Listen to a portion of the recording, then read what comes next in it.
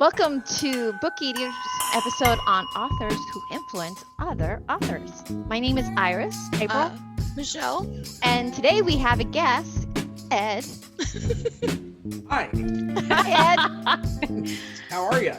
Good.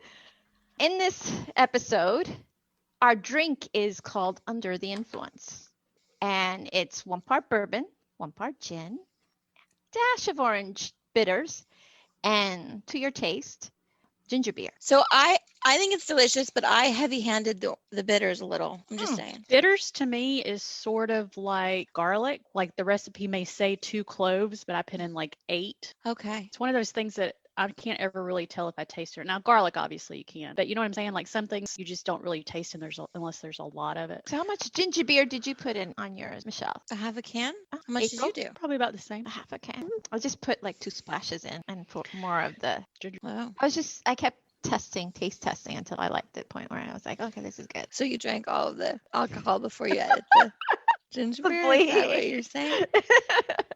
I started already, yes. Okay. Cool. And Okay. I'm drinking Deer Park water, which Fancy. isn't nearly as I feel like you went with Deer Park. well. It's You couldn't even go Evian or Fuji for this. Smart I water.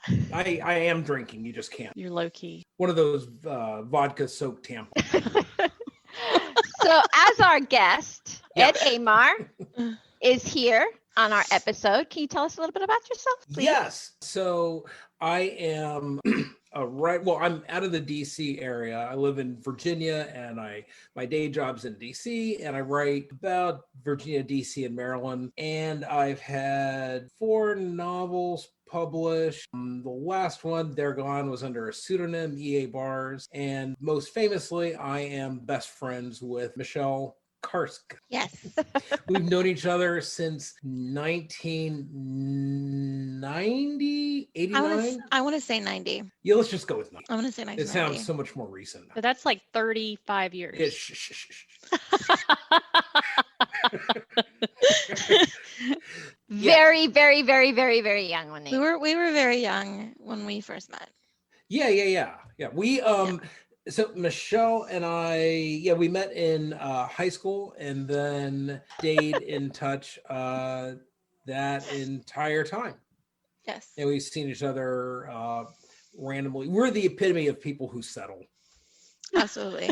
I think I there's feel like that's true. you I can don't make know about that.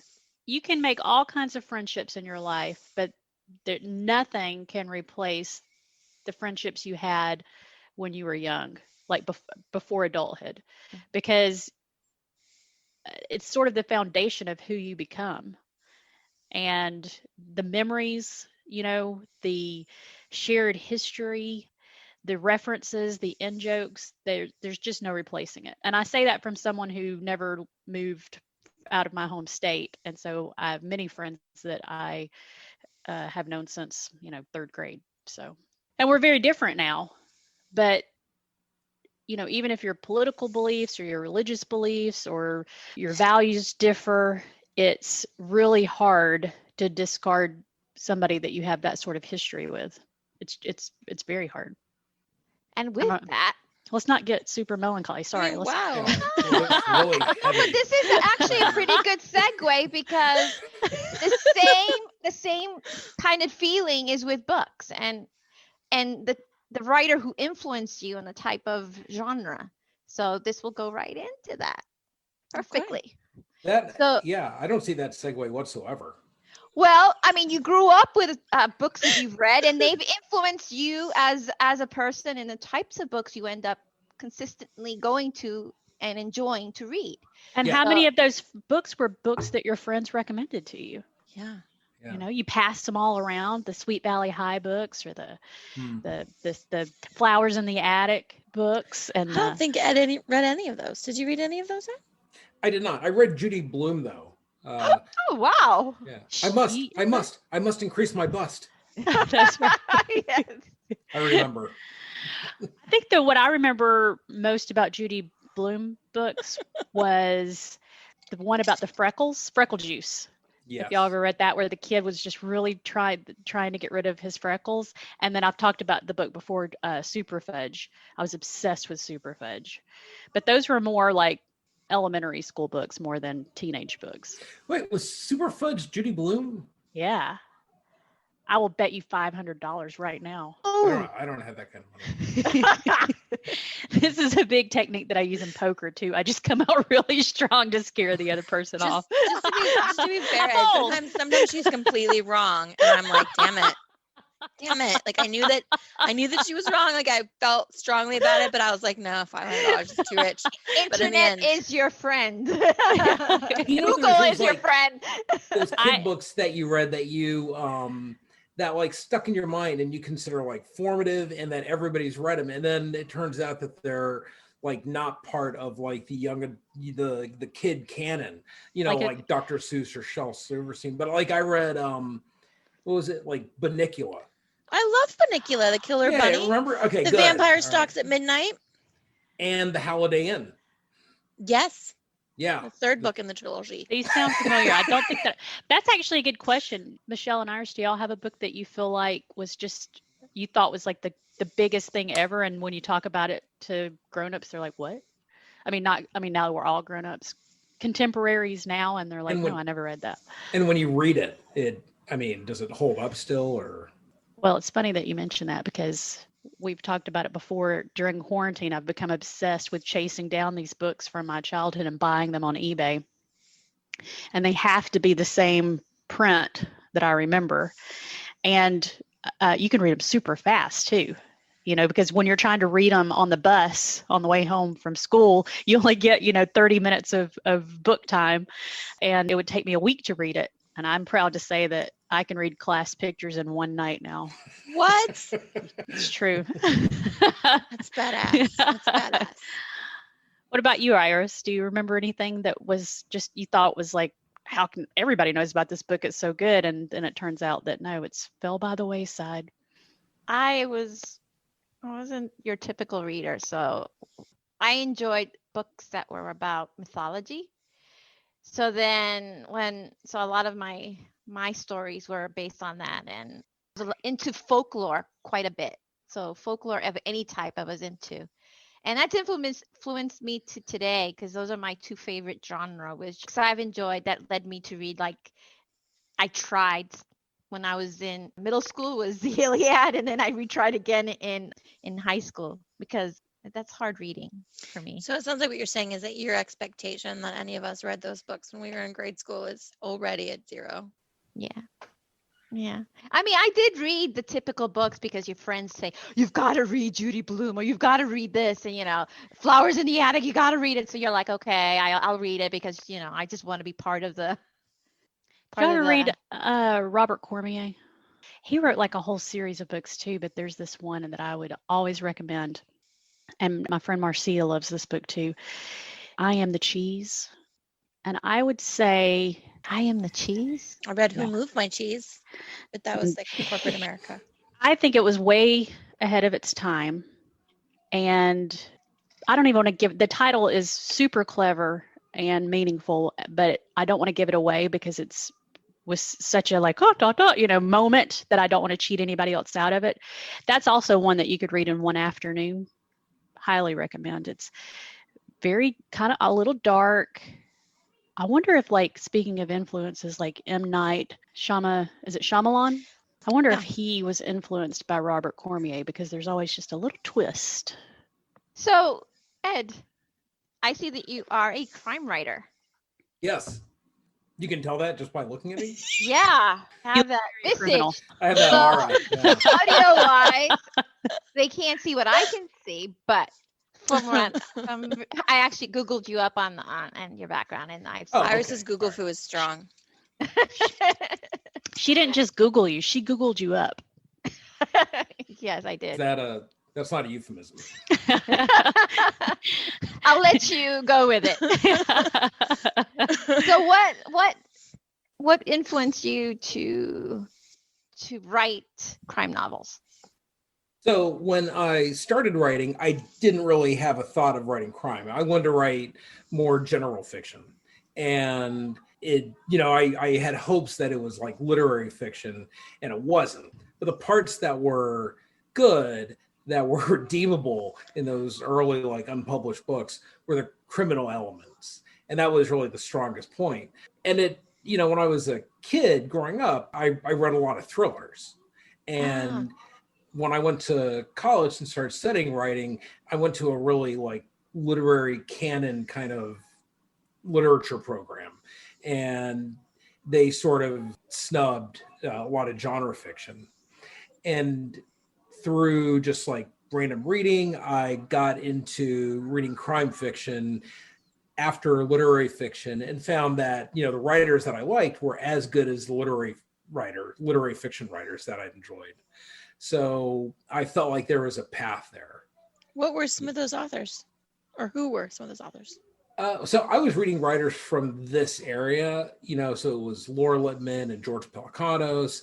And I loved a writer named Megan Abbott, whose show, she just had a show produced from one of her books, Dare Me, which is supposed to be really good, but I haven't seen it yet. And then a guy named Lawrence Block I thought was really good. So there was a whole bunch of crime fiction writers that I, just kind of fell in love with and started following that. But it's funny because a lot of I'm not somebody who's into mysteries. Like when you say you write crime fiction, people always assume mysteries, and I write thrillers, and I really prefer reading thrillers over mysteries. I find mysteries daunting.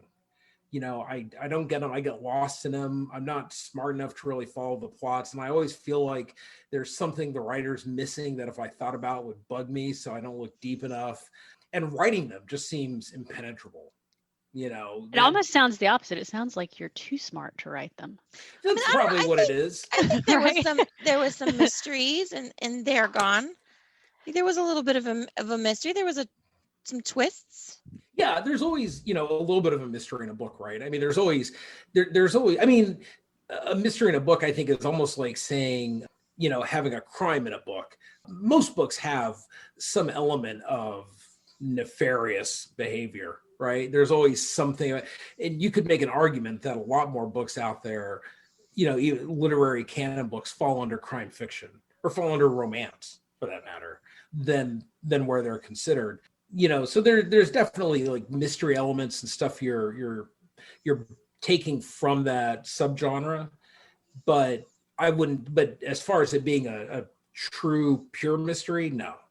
That's not. I always think that crime and mystery are the most daunting to write, because you have to, and maybe I'm wrong because I'm not a writer, it seems like there would be so much more planning, because you have to keep the mystery, but it has to be believable after you've read it. And if you were to go back and read it again, there has to be consistency. Like, they didn't just, what do they call it?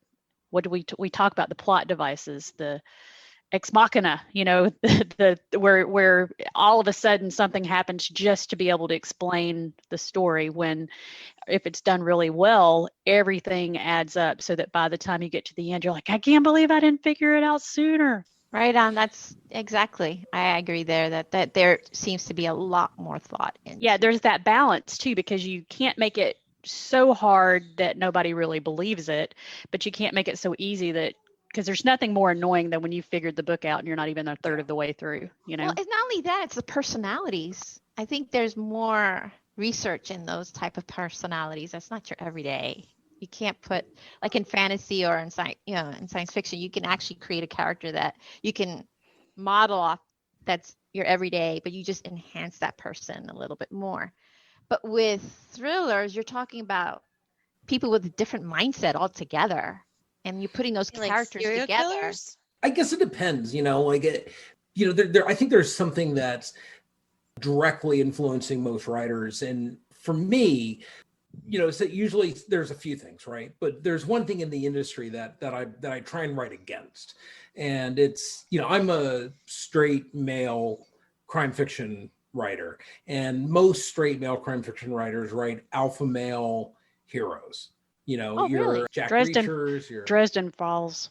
Well, Dresden is not crime fiction. Well, kind of is, isn't it? Kind of is, yeah. Jim it Butcher, is, right? Yeah, Jim Butcher, yeah. Yeah. And, or, like essentially, kind of who's the dude, whatever the guy's, Jack Bauer from 24, that kind of person. And I just hate those characters. I can like the writers a lot. Like I mentioned Jack Reacher, and Lee Child, his creator, is a fantastic writer. I love his prose. And I think Jack Reacher escaped it with that. But, I find those characters just kind of uninteresting and sociopathic and in a way not believable. I'm not sure what they would do like on a Friday night. I don't know why they'd have friends. And they're all kind of interchangeable too. Yeah. Right? And the women are generally, in supporting roles. Right. And they follow a very like specific, they're almost like plot devices in themselves. Yeah. They've either got to be the woman that betrays him, or the one that he's going to save, or the one that's just a good listening ear. Yes. So that he can bounce ideas off of. Well, you're making me want to read your books for sure. Oh, thanks. But now when you're writing yours, do you have like the answer and then you work your way backwards, or do you just sort of figure it out as you go? I kind of, I'm not sure. I don't think they all start for the same reason. With They're Gone, it started for a very specific reason. A friend of mine writes historical fiction, Susanna Calkins. Michelle was at an event where she got really drunk. That tracks. Yeah. Not Michelle, Susie Calkins got really, Michelle was probably also drinking, but probably. Was it a Noir at the Bar event?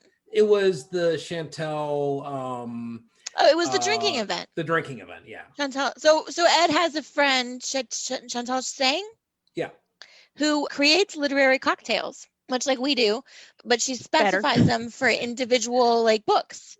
And it's quite fun, and she's very talented. But Susie and I were at an event together it was a literary festival, Printers Row in Chicago, and she told me she was doing research on Al Capone era Chicago. And the newspapers had covered the St. Valentine's Massacre. And she was reading those articles, and one of the terms they had used for the widows of all the men that Capone's men had killed were the bullet widows.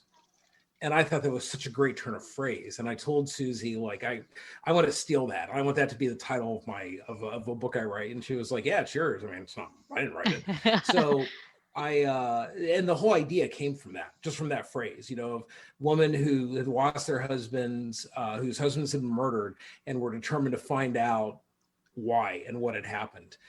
And that the whole book came from that. And then the twist came as I was plotting it out and everything else.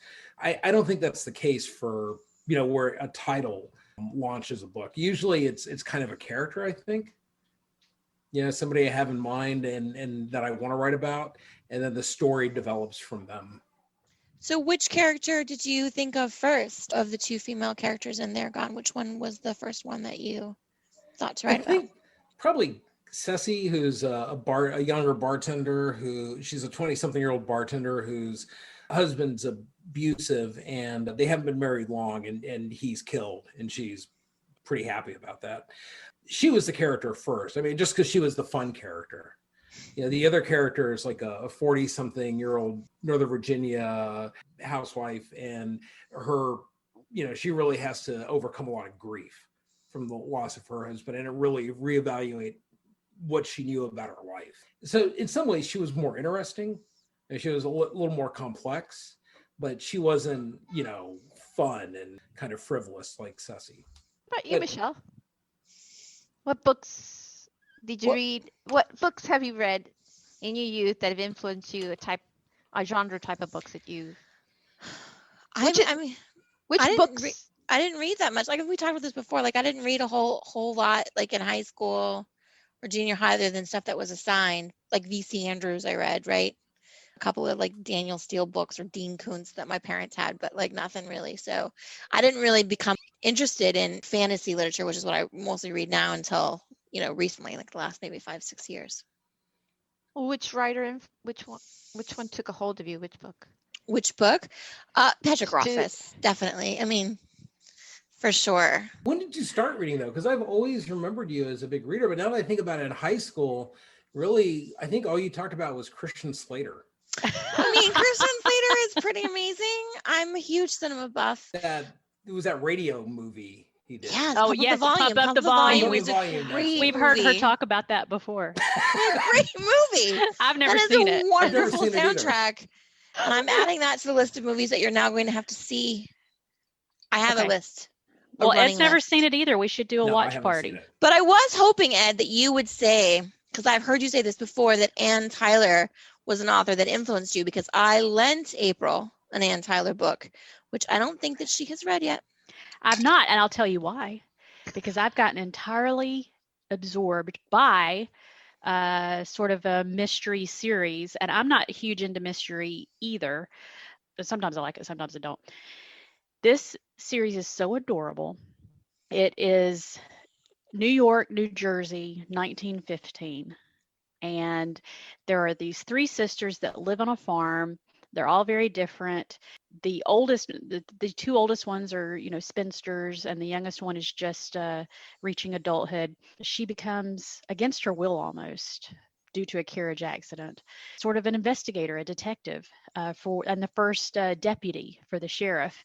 And it's so engaging, and and this is why I always go back to historical fiction anyway, is because you get this glimpse into a world that has come and gone. So one of the things they keep saying in the book is, so the deputy is, the sheriff is an elected position, right? And they keep saying the freeholders, the freeholders are never gonna go for this. And I'm like, what is a freeholder? Because I do remember that, y'all know I love my old traditional songs that I like to sing. And there is this song like from, 18 and 42 is right in it, in the song, and he's talking about this woman, and she wants a freeholder, and he has no land. And I'm like, that's the second time I've heard the term freeholder. I got to know what this is. So I had to research it, and who knew that those are the people that could vote, was the people who own their land free and clear. What are these books? Oh, well, I will tell you. Are you making all this up? No, it's really elaborate. It's a really this is a story that she wants to exist. It does amazing. not. Talk amongst yourselves. So I too have been reading some mystery novels, but they're crime fiction, really. They're the Rachel McLaren, Jason Pinter books. Have you read those, Ed? Oh, no, I haven't. But it's a female protagonist character. I know Jason. Yeah, interesting. I mean, nothing against Jason Pinter. I love him, and the reason I started reading the books is because he's so funny on Twitter. But she's not as likable, Rachel. She's kind of a bitch a little bit, but I still like her. I mean, I read both the books, so that's great. Saying something. Let me just say, I looked it up. Okay. I already learned something. Number one. What? What's interesting is the Constance is the protagonist, and her last name is German, and it's Kopp, but Kopp. So she's like a cop, right? But she's based on a real person. She was the first female deputy in that county. So there's a little bit of history there. Anyway, it's the Kopp Sisters series. It's written by Amy Stewart. And the really charming thing is all of the titles are like newspaper. I've only read the first two because they're on hold forever at the library. So it's like a girl with a gun, Yes. Girl waits with gun. And then the one that I just finished was Lady Kopp Makes Trouble. Yeah, those were really well received. That's so interesting. I remember hearing about those. Oh well, I mean I know. Well, you seem like a pretty woke gentleman, so I don't think you would be put off by a female writer with female protagonists. I recommend them. They're so charming. I always say that because my dad always refused to read anything that was written by a woman. Really? Most of my favorite writers are women at this right now. Oh, I was just seeing if we're friends on Facebook, and we're not. Who? Amy Stewart. I thought I knew her, and I was going to be all, oh yeah, I know Amy. I'm already excited that you know Megan Abbott, because again, no is a generous term. I mean, the first one that I read by her was Kill Me with the Girl in the Trunk. I'm so bad at this. I don't know why we have a podcast, but but it's sort of like a female version of like the hard-boiled detective, and I loved the way that she created this. This is when they found the body of the girls in the trunk, And then she created like a whole story out of it. And it's fast and it's quick. The dialogue is super fast. And I always have and again, this is what I love about historical fiction. And I know not everything she's done has been historical, but this particular was. And how they can emulate the dialogue, and the humor of that time. And what is it? The Sherry Thomas books that we've been reading with, and they're talking about I forget what the word for it is now, but I had to look it up, and it's what you used to heat your tea with back then. And how do they know all of that? The amount of research that has to go in to convincingly, because it's not like they're like putting it as a glossary. I mean, they're using it in casual conversation. And I read somewhere that Sherry Thomas's first language isn't even English. What? I don't know. It's crazy. Do you know her? Ed, do you know her? I have no idea who that is, but I have a sense that I haven't really. Okay, I have no research to back this up, but my thought has been that currently women are writing or producing the best crime fiction.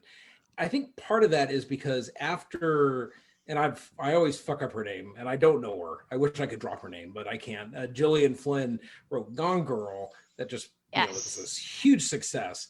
It really broke through for psychological fiction and unreliable narrators. And it really opened up this path for this door for so many terrific female writers who were doing this, not without the kind of acclaim that they deserved. And with psychological fiction, I mean, it's kind of what you love about literary, if you like literary fiction, it's kind of like a really deep exploration of complicated characters, and then you tie it to a suspenseful, tense plot. Right. Women are doing that so much better than I think men are right now. I feel like, and this is a very cliched response, but I feel like men tend to write more off plot and put the characters in, and women tend to write more off character. Yeah. And then the plot develops around them. Yeah. And with some notable exceptions, but generally. Yeah, of course. That's a general. Brandon Sanderson. You know what would be interesting? Is if, because women are owning it, what if men start having to write under a female pseudonym? Oh, that'd be fantastic. Although, no, they would get in trouble for that. Yeah. Well, there was a guy who started his own publishing imprint, and he was doing that. He announced to a couple of women writers, and he has a not the best reputation in crime fiction. Sort of came to light that the writers were actually men writing under women's names. Really? It's like, why don't you just sign some fucking woman writers, dude? Wow. Do you think, you think of like romance, and that's definitely, definitely predominantly female writers, women writers. Do you think if a man really wanted to make it in the romance genre, he'd have to come up with a female pen name? I think it would sell like hotcakes without even having to try, because everybody would want to know, what would a man come up with? There's lots of male. Who's the guy from Boondock Saints? Oh. Who writes romance novels? Oh, I know. You know what I'm talking about? There are a lot of male romance writers? There are. There's a lot. I mean, there are quite a few. Yeah. And what is his name? He's really cute. He shoots people. Yeah. I can't remember. Christy met him once at a romance writers convention. And I was like, what? Really? She was like, yeah. Flannery? Yes, Flannery. Sean Patrick Flannery. Yeah, I heard about it. I was shocked when I heard about that. I think he has a pen name too. Oh, wow. Is it a male name? I think so, yeah. Interesting.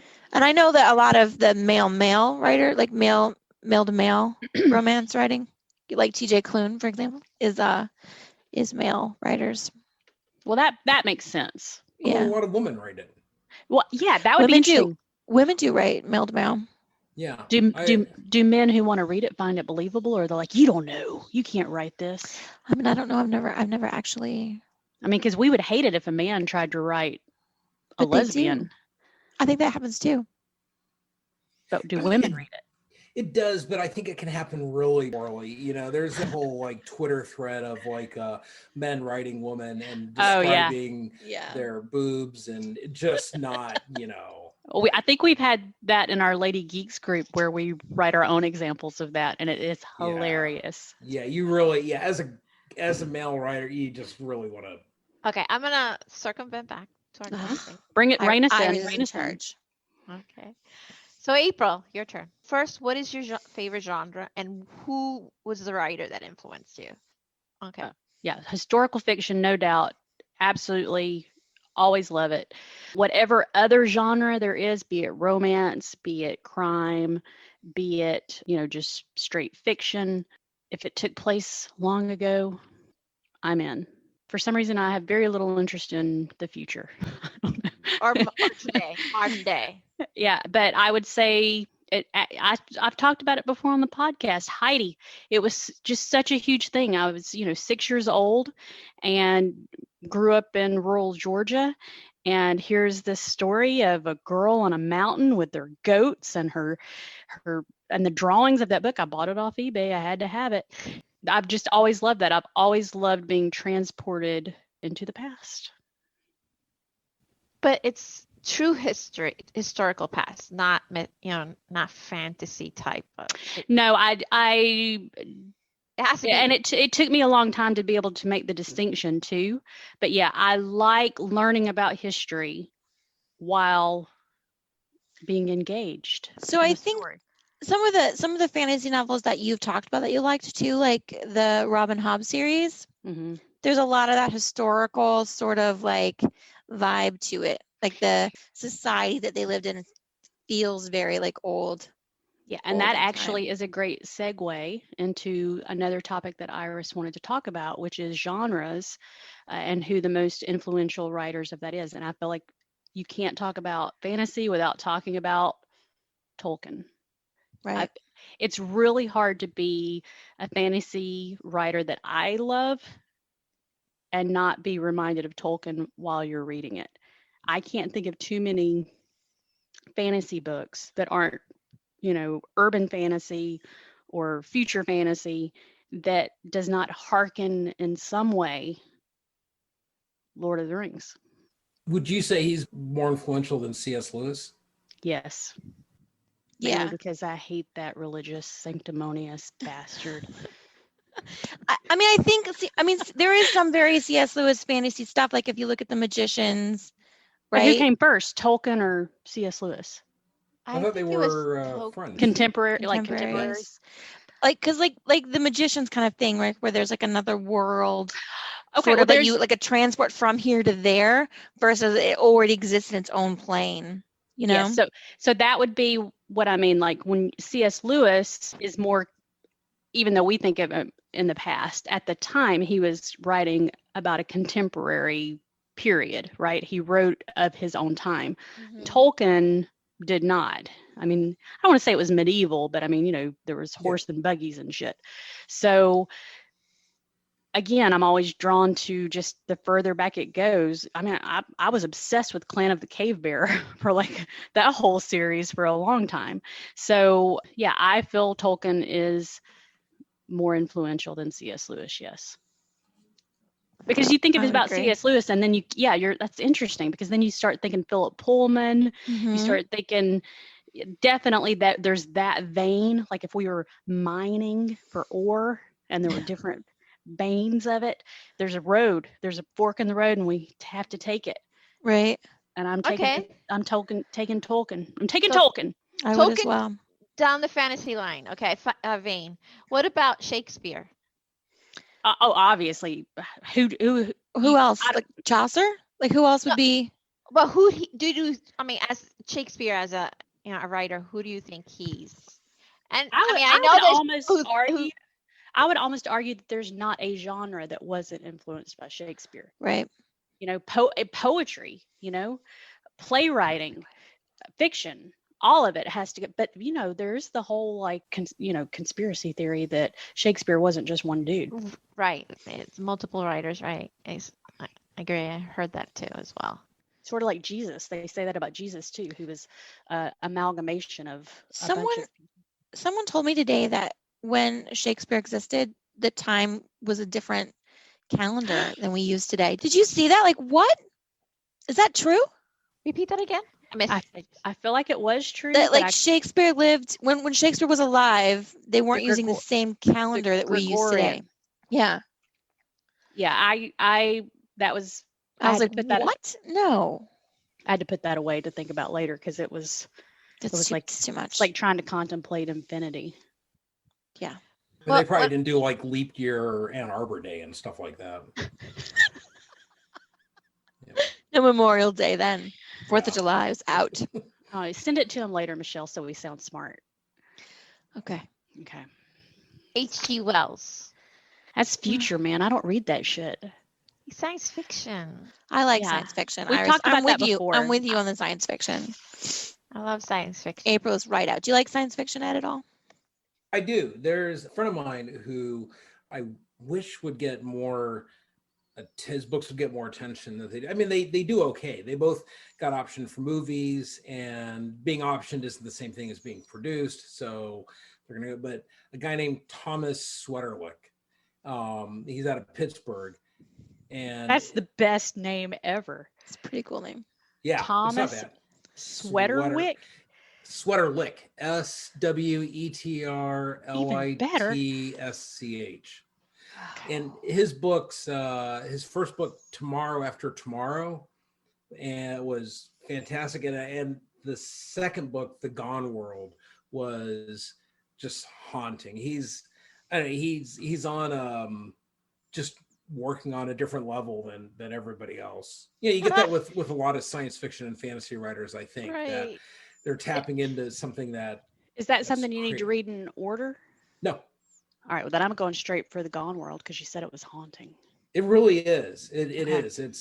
He just did such a great job. And it's funny because I'd never watched Twin Peaks and he'd never watched Twin Peaks either. And then once they re-aired that new season, like 2 years ago or whatever, we both watched it. And The Gone World came out at that time. And he was really worried because he thought there might be parallels between Twin Peaks and The Gone, and he'd never seen the show, but so I'm just saying that if you liked that show, then I love that show. Yes, I never did get Twin Peaks. Like I watched it to the very end, like thinking that at some point I would understand what was going on.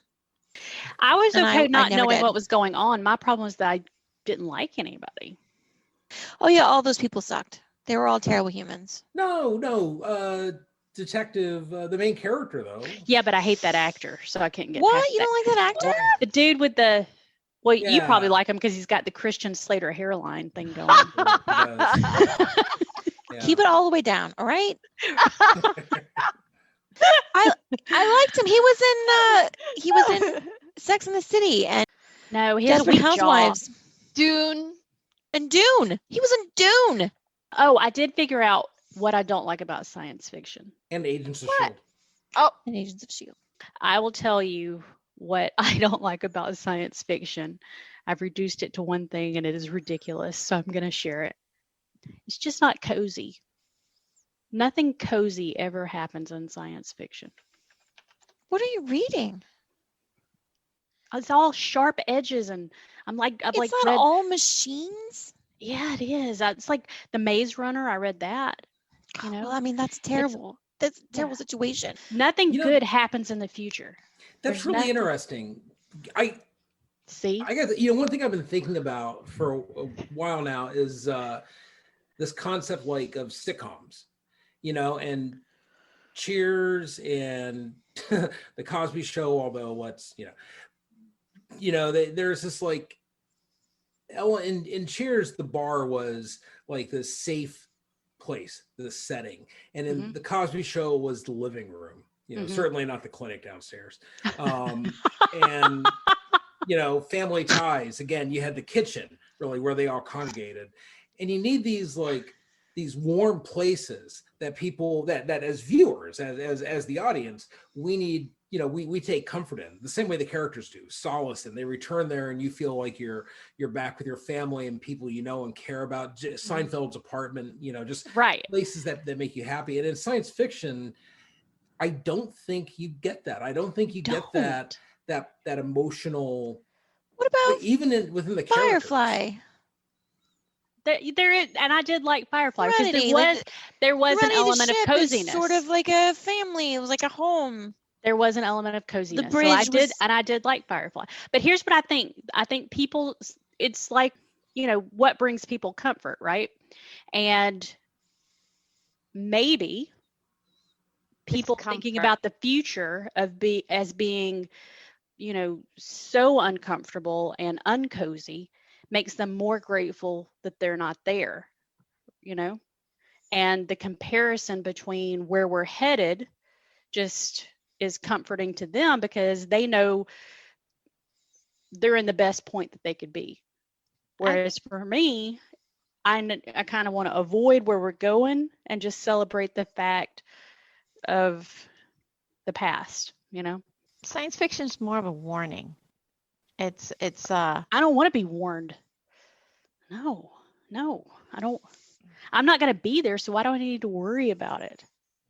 There's a great science fiction book that escaped a lot of people I think it's called Herland by Charlotte Perkins Gilman, who wrote The Yellow Wallpaper.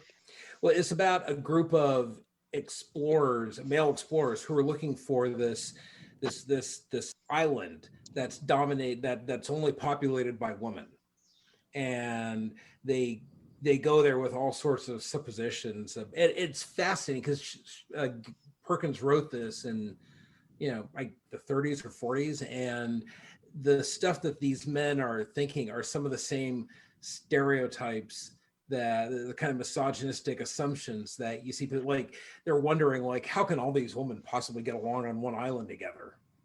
And it's so interesting to me to hear that, to think that kind of sexist attitude was occurring nearly 100 years ago. Those same, not that people were sexist, but the exact same type of, we haven't really outgrown the type of assumptions that bigots had. Yeah, Herland, that's what it's called. Yeah, Herland. I'm looking at it right now. It does look interesting. Entirely, it's a society composed entirely of women who reproduce via parthenogenesis. I'm in the medical field, and I don't even know what that means. I don't either. Did you not believe me, Iris? Did you think I was lying? No, she does this a lot. Interesting. She Googles everybody. Yeah, she does. She does. This wow. She does. Kind of rude, right. Okay. Right. Yeah. Reproduction from an ovum without fertilization, especially the normal process in some invertebrates and lower plants. You know what? Okay, so the other day I was looking at The City We Became by N.K. Jemisin and thinking to myself how much I want to read this book and why I haven't read this book. And this is completely off topic. I don't know why I'm bringing it up now, but I just am. The book is about the love of New York City. And for some reason, like any other city, I'm down with the love of that city. But New York City, for whatever reason, it makes me so angry. I'm like, I'm out. I don't love that city. I love New York City. I've been there. I enjoyed it. It's a great place. There's something about people who love New York City that like require you to only love New York City. Yeah. Like you can't love all the other cities. Only New York City is the best. For some reason, whenever I see a story that takes place in New York City, I immediately am out. Which is so annoying because I love Jemisin so much. And that book sounds so fantastic. The idea of like a city being alive and all that stuff sounds so cool, but I can't make myself do it. I know that once I do, I'll love it, but I feel the same way about Boston in works. There's so many, like, there's like this surge of like Boston movies that came out, they're all like Crime Boston or Hard Scrabble Boston types or whatever. And I grew out of like, I love Hard Scrabble. That's another descriptor that I'm in. Hard Scrabble. I do like Hard Scrabble, and I don't want to compliment those people, so I'm gonna strike that. You edit that out, Iris. Later. But no, it was like all these they weren't bad movies or anything. Like the Ben Affleck movie where he was with Good Will Hunting, and it was there was one with his brother Casey. Yeah, there was a good one with them. There was one where they were like bank robbers or something. And I was like, these are all like South Boston people. And I'm like, I don't think any of you are that tough anyways. Get over yourselves. Oh my God. Brady, Belichick cheats. Belichick is a cheater. But I feel like y'all feel that way because you have all flown the coop. I've never lived Oh, No, anywhere else. I felt that And way I've when I never- lived in Arizona too, and I lived there for 40 years. Like I always felt like nobody loved Arizona, and I was cool with that. But I just couldn't handle like this weird. People would come to Arizona from other places and be like, "This place sucks. Where I'm from is better," and I'd be like, "Fuck you." I feel like what I love, okay, what that reads to me is Yeah. love of the city, which I have never really felt because I've never lived somewhere that I truly felt like I You don't fit love in. Atlanta? I don't live in Atlanta. I mean, I you live in live Alpharetta. you Do I live want to pretty say I close love to Atlanta. Alpharetta? do you mean love of the city No. like love of the city life? Yeah, or Or it can be no, or the town, just where you live is where you belong. I've never experienced that. Like you feel the heartbeat. Like there's songs or books, the whole as a descriptor, it was a love song to New York City, or it was a love song to San Francisco. I'm in. I want to hear it. I want to know, what does it feel like to love where you are? I don't know. Oh, you know what? But you know what? When this Maybe the pandemic is problem is over, me. you and me, we're going to Arizona. like Arizona. Sure. No, we're going to Atlanta because we're here. I want to go on that Apache Trail. We'll go on the Ferris wheel in downtown Atlanta. When they have the lights show in the park, and it's Take it so to beautiful. Atlanta. You guys are like what, 20 minutes outside Atlanta or something? That's not enough of an adventure. I Yeah, want her to go on Go her. to Arizona. Take her to Arizona, man. I've been No, trying to we're talk going her to into a Arizona. road trip, but she won't do it. We're in a pandemic. But I mean, okay, we'll get back to that. All right. We need Ed because Ed is by far the best of anybody we've ever had on the show that can do title and author without a second thought. Yes, I know. Like because earlier when he was talking, It's there was a truly book that I wanted to bring up, and I couldn't remember the name of it. And then I spent like 5 minutes looking it up on my phone, and now I've already forgotten. And it's clearly No, I not don't. rehearsed. It was My Lovely Wife. Oh. But you know that book, don't you? Oh, My now Lovely you put him on the spot. Samantha Downing? Look See, how he knows it. stuff. Yeah, He's like his awesome. superpower. Right. That it's one like I a know. Well, you're only superpower. yeah. The only thing is I only know like 6 books and you've named 5 of them. So I'm dangerously close to running out of.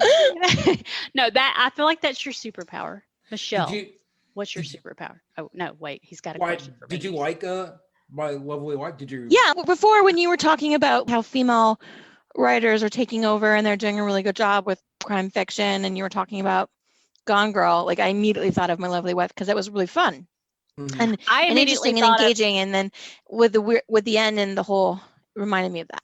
Yeah. It was a good example of what you were saying, but I couldn't remember the name of the book. What were you saying, April? I always do that, and I apologize. I just get excited. But it made me think of my favorite unreliable narrator book is Angelica. I don't know that book. It's a genius. It's genius. It's also historical, but it's genius. Yeah. I don't know. I know the title. I don't know. Well, if any of you ever decide to read it, report back. Okay. After Philip, you read Ladder of Years, I'll read Angelica. okay, before you read Angelica and before, wait, here's the order of events. Okay. Okay. Here's the timeline. Okay. You read The Lady and the Unicorn. I will. Then I just gotta figure out how to get like a CD player. I feel like you could probably find it at the library too, because it's Tracy Chevalier and she's very. You're right. I could probably Popular. look it up like on Overdrive or Audible. But I feel like if you listened to the CDs that I gave you, it's sort of like going back and listening. Just Yeah, I want to hear the CDs, but I don't have a CD It's- player except for in my car, and I never go. I'm never in my car. That's right. This is gonna You be can. We can listen to it on our road trip to every- Arizona. every episode they have this There argument. you go. We usually cut it. It's All right, fine. get us back on track, Iris. Okay. So, we're almost there. So, I was just curious on the last, which authors do you think had the most influence in history for other writers? Okay, Like- so we've discussed Shakespeare. Kafka. I'm talking about, so there's 2 types. We're talking about the most influential writers of all time. And then I was hoping to discuss about writers of today. I think Updike probably inspired a lot of writers of today.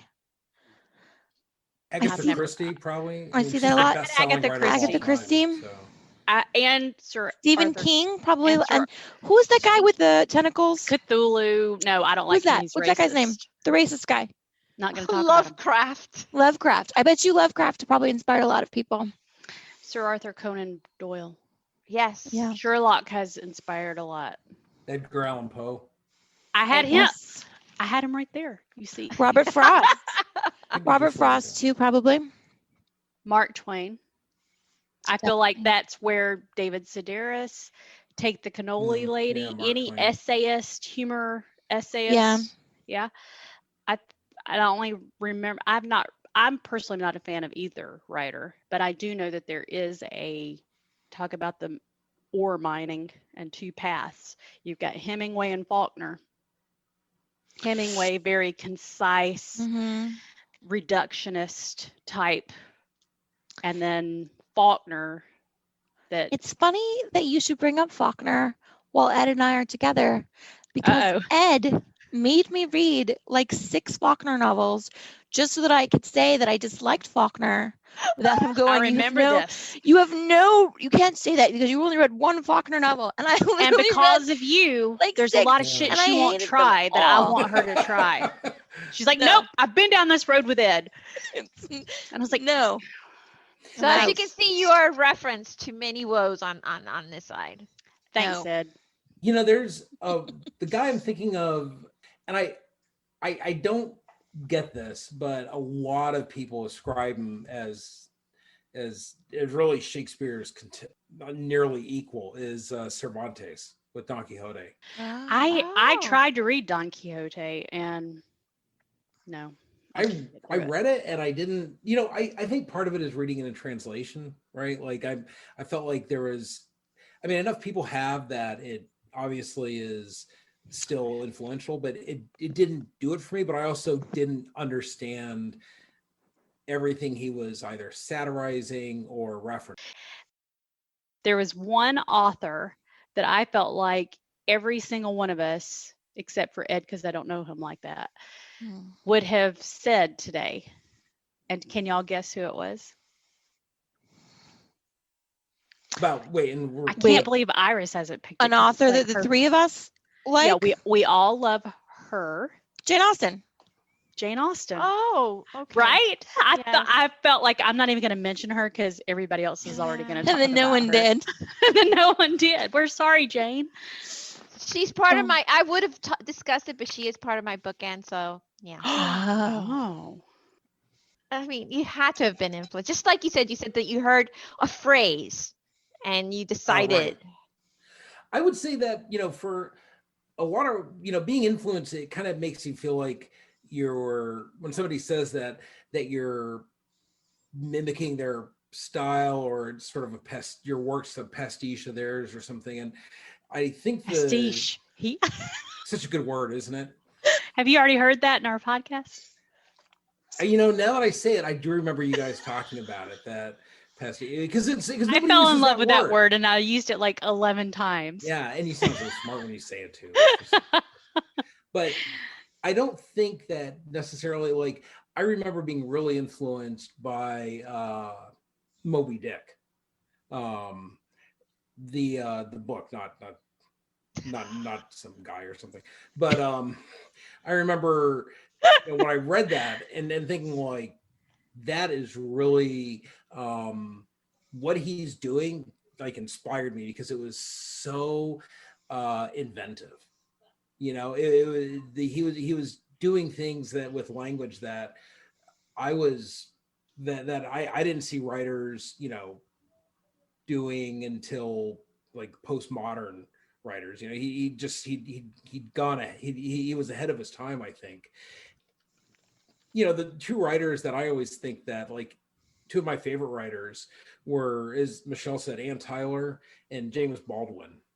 And I don't have anything in common with them, with Baldwin, a gay Black man growing up in New York and experiencing racism in the 50s, or Ann Tyler, 60 to 70 something, year old Baltimore woman writer. I have nothing in common with them or really what they're writing about, but I still find them just incredibly influential to me. And I think part of it is just because you see someone, who's daring and successful at it.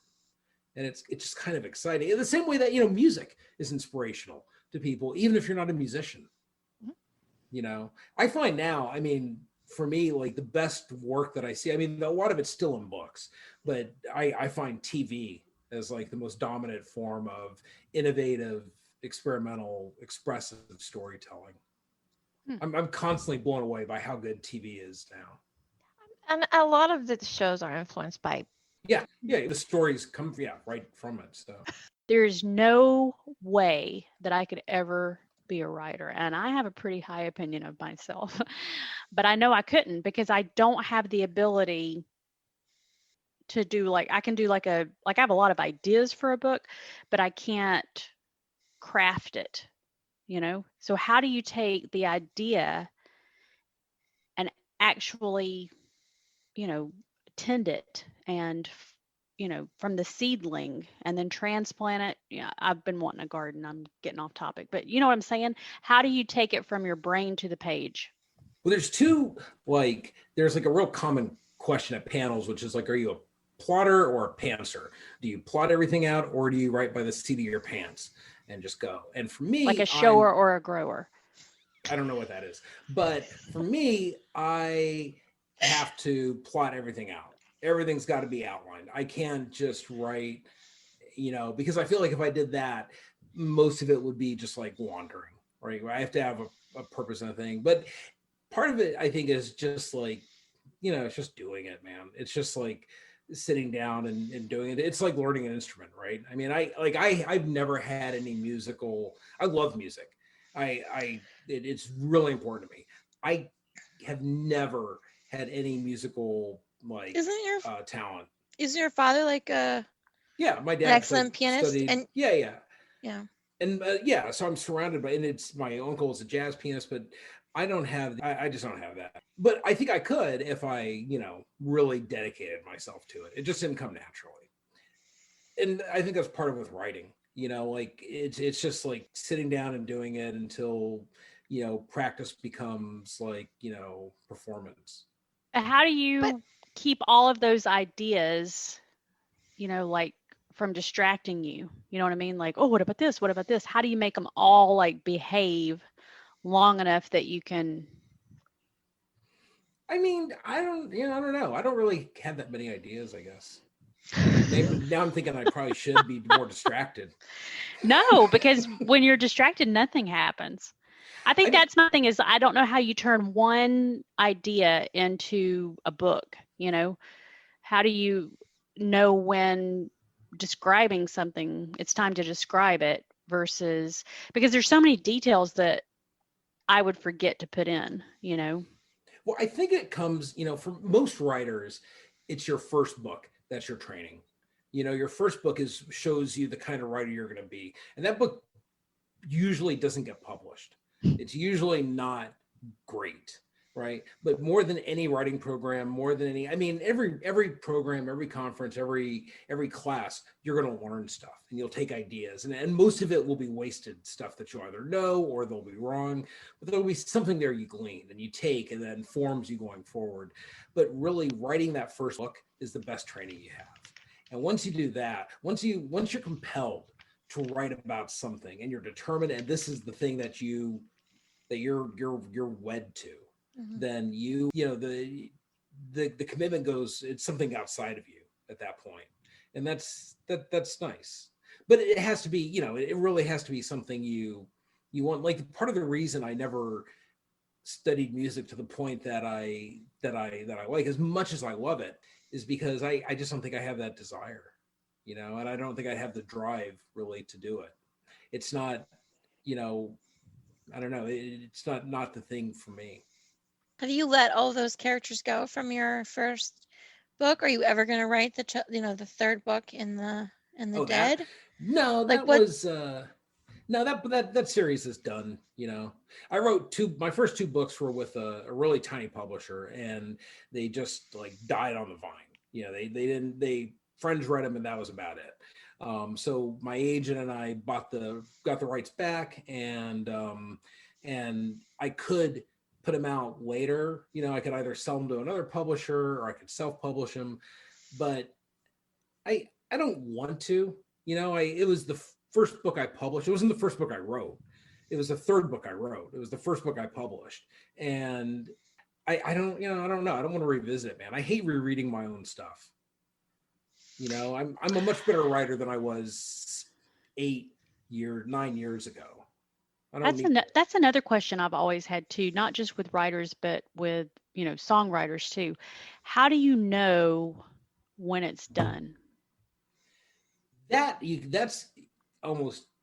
easier for me to answer because I write fiction and I write nonfiction. I do essays and I write a monthly column for the Washington Independent Review of Books.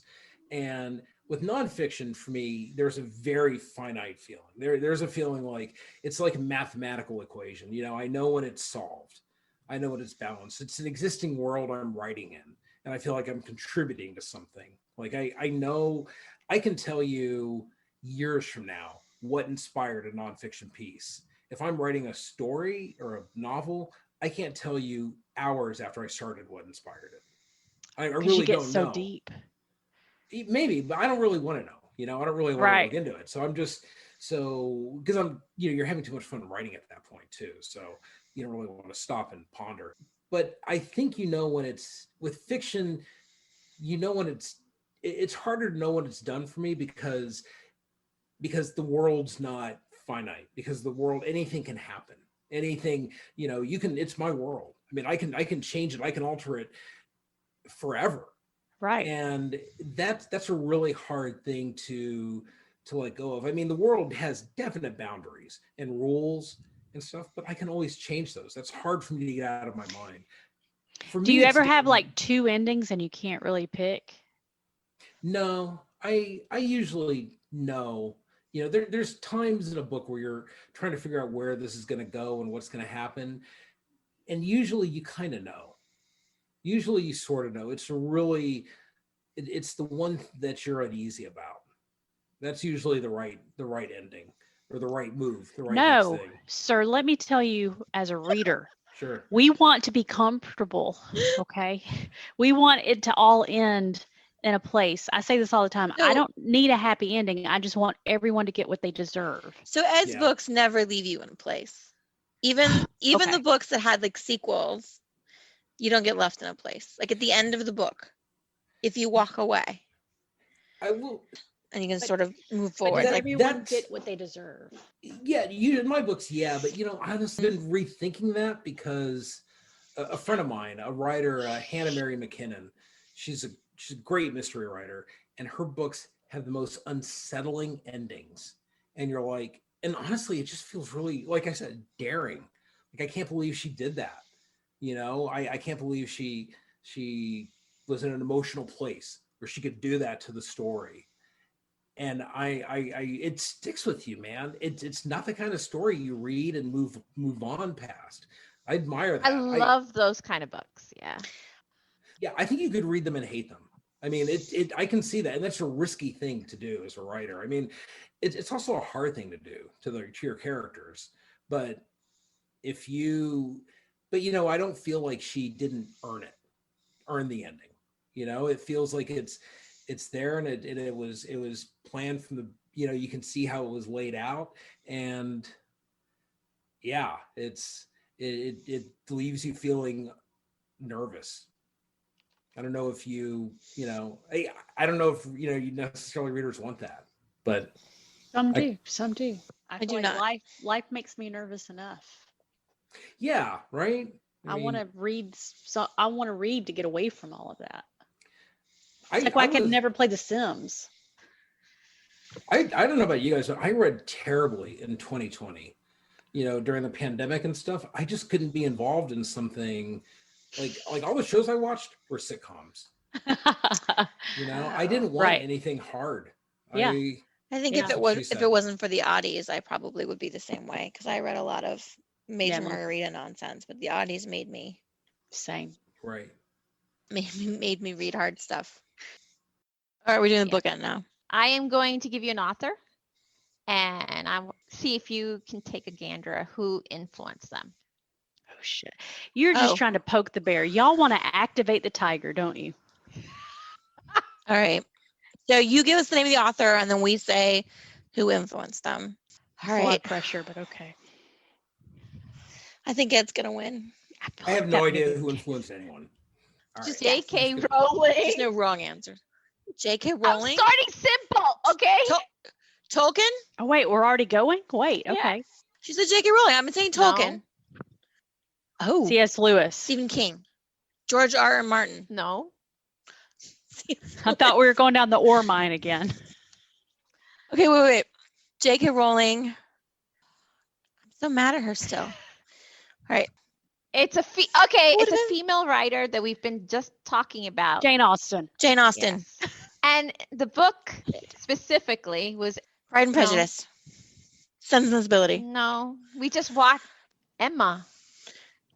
Emma. Oh, yeah, that Yes. happened. Okay. Next person. Move it up. Neil Gaiman. He was influenced by Tolkien. Definitely Tolkien. That's not it? Stephen King. Terry Pratchett. April's not going to like this at all.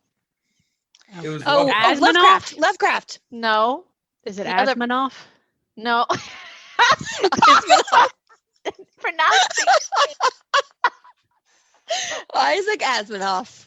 No. But he just went on a rant about his Christianity, okay? Oh, C.S. C.S. Lewis. Yes. We all get points for that. I mean, you have to give Ed points because he gave an answer and he's guessed. True. You're welcome. George R. Martin. It's Tolkien. Oh, I thought that was the answer. And I was like, oh, I thought we were all. No. I got it. All right. I'm focused now. It's Okay. serious. Okay. She talks about this. You're one of your writers, Joyce Oates. Joyce Carol Oates. All right, this one is a hard one because he is a top tier writer who's probably influenced by Socrates. He is up there and who's influenced many of these type of writers like Faulkner. Shakespeare? No. He's Wait, Socrates. He's older than Socrates? no. I'll just- Influenced by. I'm just going to call somebody else. I know it's not right, but it's just somebody, he's a writer that I hear of a lot, but I've never read him. And I'm going to say Salman Rushdie. No. Okay. Wait, what are we even doing right now? I don't understand. Wait, Right. who influenced Joyce Carol Oates? And it's somebody who was influenced by Chaucer? Somebody No. who, Socrates. Is that Shakespeare? No, Dostoyev. Dostoevsky? Dostoevsky. Dostoevsky. Yeah. Oh yeah, that makes sense. Okay, I could see that. Yeah. That All yeah. right. Mr. Brainy Pants. No, because Joyce Carol Oates writes so many different things though that it's really hard to figure out. Like Stephen King, right? Like he writes horror, he writes crime, he writes. I get it, like sagas, right? They're both really into the sagas. Well, I mean, you can be influenced and not write anything like it, I guess. But they both do write sagas. She's also been influenced by Kafka, Yeah, Poe. Oh, Kafka. Kafka. Yeah. Poe was who I would have guessed had I thought of it if he hadn't just said it, and had I thought of it, which I feel like I should have paid more attention to Joyce Carol I Oates. feel like me too. Like what am I've I just read the missing? sagas. I don't think I've read any of Joyce Carol I Oates. feel like there was one with Joyce Carol. And I feel like she just did one where Tom Hanks narrated her book, and I did listen to that. The Dutch House was the last one only one I think I've Was ever that heard. Tom Joyce Hanks. Carol Oates? No. The Dutch House is new, isn't it? Well, Although that's the kind of book that you'd like. I did listen to The Dutch House, but that's who I'm thinking I'm confusing Joyce Carol Oates with. Who wrote The Dutch House? Anne Pratchett. And Pratchett. Anne Pratchett. Yeah. Joyce Carol Oates. I'm reading it now. And the one thing that I read from her. Sorry, Iris. Move on. I'll Okay. This is the last question so far. Michelle is leading. Sorry. Very simple. I'm trying to keep it simple. Stephen King. I'm not doing the ones you know most. Lovecraft. I'm going outside. Yes. We Were the Mulvaneys. That's what I read. Oh, you read that? Did you like it? Yeah.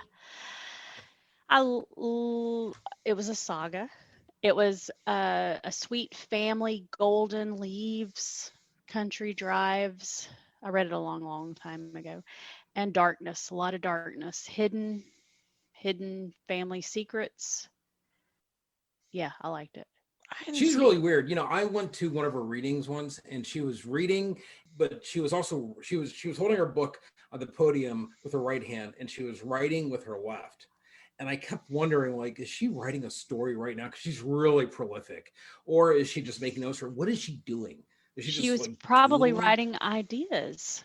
I know, right? I mean, it was just crazy though, because it was like this really big room, and she was up there and just like scribbling away at the same time. So she was probably, if I had to take a gander, Mhm. because clearly the two of us are kindred spirits, Joyce Carol, as I like to call her, JC, Yeah. was probably writing down things that should the conversation lull and there was an uncomfortable pause and she needed to introduce a new topic, she wrote it down real quick so she wouldn't get stuck. I went on dates and had like something written on my palm so that if I couldn't think of what to say next, I could just be like, oh. You couldn't be more wrong. That wasn't it at all. I don't think I've read anything by Joyce Carol Oates, so I'm going to have to remedy that.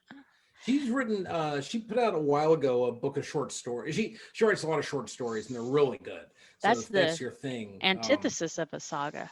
She wrote a story called Zombie that I think either got her banned from the New Yorker or something like that. It's really fucked up. Oh, I like the New Yorker. I like the idea of being banned from the New Yorker even more. Yeah, it's kind of a little feather in your cap. Thank you, Ed, for coming. It was nice. Yes, to see thank you. And everyone should read Ed's book, They're Gone, by E.A. Bars, because it's fantastic. Yeah, you should buy it. And I wouldn't say that. I mean, I would say that even if it wasn't good, but it is good, in fact. And so you should, anyway. You would say it too. No, I wouldn't. I would just say the first thing, not the second thing. I'm the biggest book snob, so I will read it and I will let you know. No, don't let me know. Just She buy has terrible taste. You don't even have to read it. Just buy it. That's all I care about, really. Don't get it from the Just a library. paycheck to Oh, me. also, if you download it on Audible. Oh, you don't do Audible. Never mind. No, if I'm putting his book on my shelf. Aw. You It's gonna should. be I on the shelf. actually need you to sign my copy. I was gonna say, like, if I ever meet you, sign it, and it would be like not just a general. It'd be like, Yeah. Well, Yes. Ed, thank you. Thank you Oh. so much. It's been a joy. Yeah. Nice. Thank you so much, guys. we hope that this episode has influenced you to check out some new writers and maybe connect with some old friends. And until then, Eat the books, motherfucker. Motherfucker.